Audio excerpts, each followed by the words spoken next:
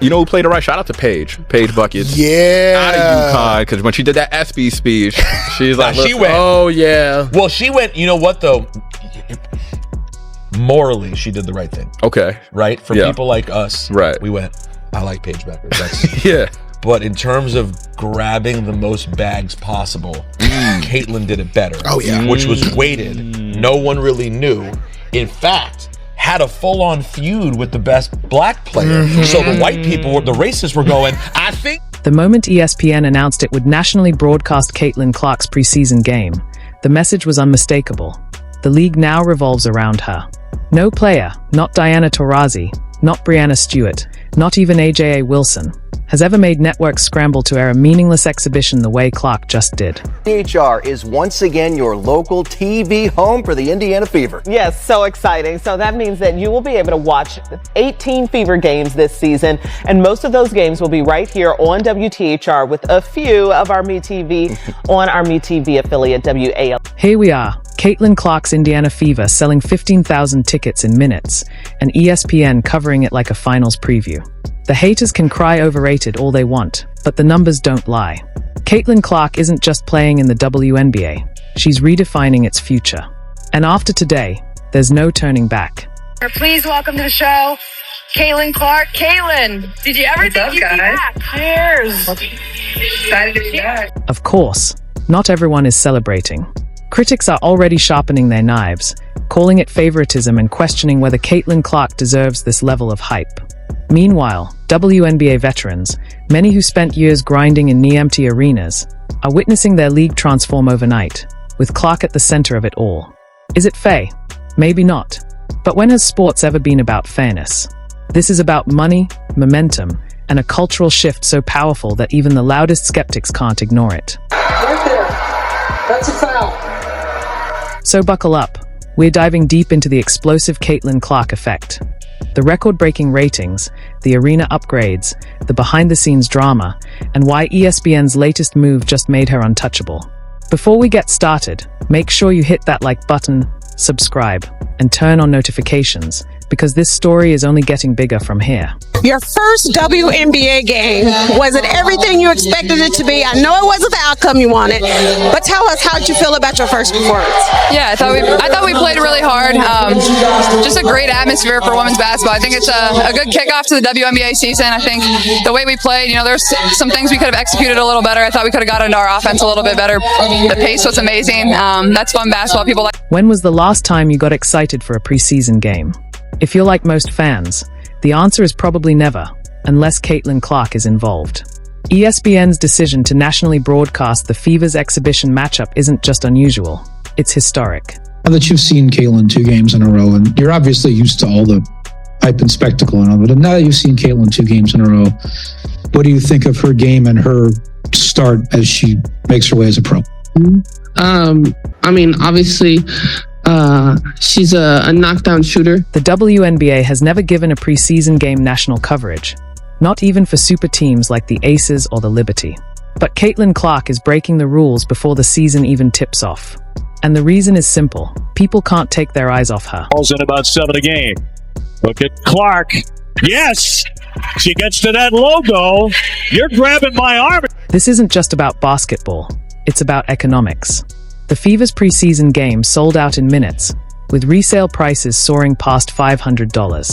ESPN knows exactly what it's doing. Caitlin Clark is ratings gold. Networks don't gamble on unknowns, and they definitely don't waste airtime on games that don't matter, unless a generational talent is involved. After last year's record-shattering viewership numbers, ESPN is all in on the Caitlin Clark train. Okay, I think maybe you need a little arc. Oh! Oh my God! But here's where it gets messy. Even established stars now find themselves stuck in Clark's shadow.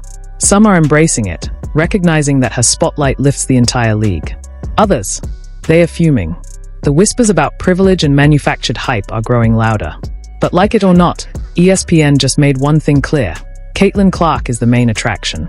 And if you want eyes on the WNBA, you're going to have to get used to it.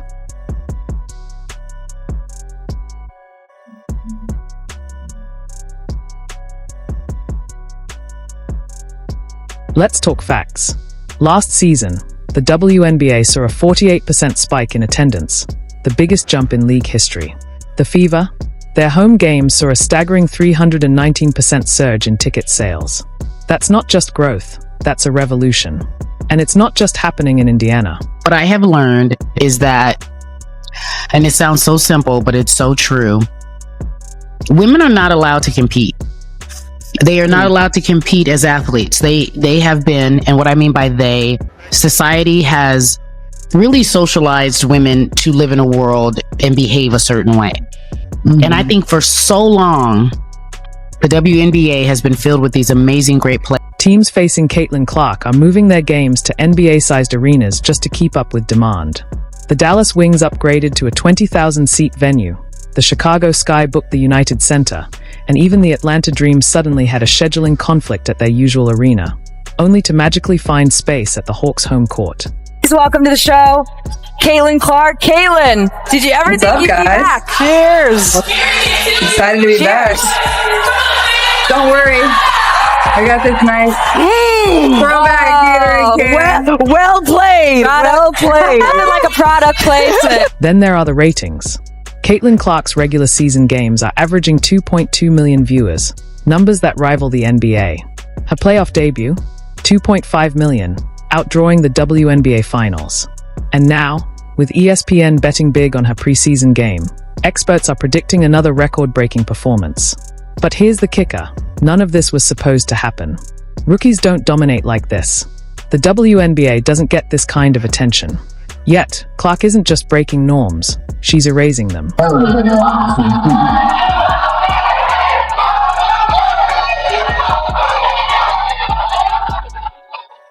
So why the backlash? Because success this fast makes people uncomfortable. Veterans who spent years fighting for recognition now watch a 22-year-old rookie outshine them overnight. But here's the truth. Caitlin Clark isn't stealing opportunities, she's creating them. More fans, more money, bigger contracts for everyone. The real question isn't whether she deserves the hype, it's whether the league is ready for what comes next. She's done. Honestly, this woman, she just alienated a huge portion of her fan base. You should see, I tweeted about this, and my Twitter feed is littered with people saying, I'm done with her. I'm over. The moment Caitlin Clark's star exploded, the narrative wars began. The Guardian published an article questioning whether her popularity was truly about talent or simply because she's a white girl from Iowa. ESPN's Monica McNutt even suggested that Clark's race played a role in her rise to fame. Some WNBA players have also made subtle remarks, implying she enjoys privilege compared to the black stars who helped build the league.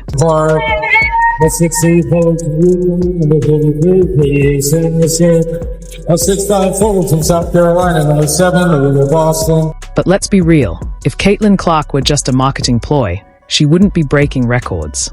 You can't fake 41-point games, deep threes, and sold-out arenas. The racial debate isn't about fairness, it's about frustration. For years, black female athletes have carried the WNBA with little mainstream recognition. Now, a white phenom arrives, and suddenly the world cares. That stings. But blaming Clark, that's misplaced anger. 45 blocks last year, Clark for 3! The solution isn't tearing Caitlin Clark down. It's demanding that same level of attention for everyone else. AJA Wilson, Sabrina Ionescu, and Jewel Lloyd deserve that spotlight too. But attacking Clark won't make that happen. The real fight is getting ESPN to invest in them the way they are investing in her. Until then, the divide will only continue to grow. I mean, it's amazing, what Kate's been able to do in her short career so far is just been nothing short of remarkable. And the one thing that I really love about her is she loves the game. So she put the work in. And even, throughout, her short WNBA career, it's been a lot of pressure, a lot of things thrown at her, and she keeps showing up and keeps getting better every single game. So. Diana Taurasi's infamous reality is coming comment from last year said it all. The WNBA's old guard didn't just doubt Caitlin Clark, they challenged her. But now, even Taurasi is backtracking, admitting Clark's impact is undeniable. Lisa Leslie and Cheryl Miller have also stepped up, telling critics to stop complaining and embrace the growth. Because here's the truth, this is bigger than Caitlin Clark. We're definitely in a position, and I would think that if you are a smart basketball player and you watch the way she plays, you would want to play with her. She, much like Tyrese Halliburton, she gets you the ball in places that you didn't even know you were open, because she passes to space, she finds openings and ways to free up other players. So, I look at just really how her and Kelsey work together and the efficiency of the offense because of the way that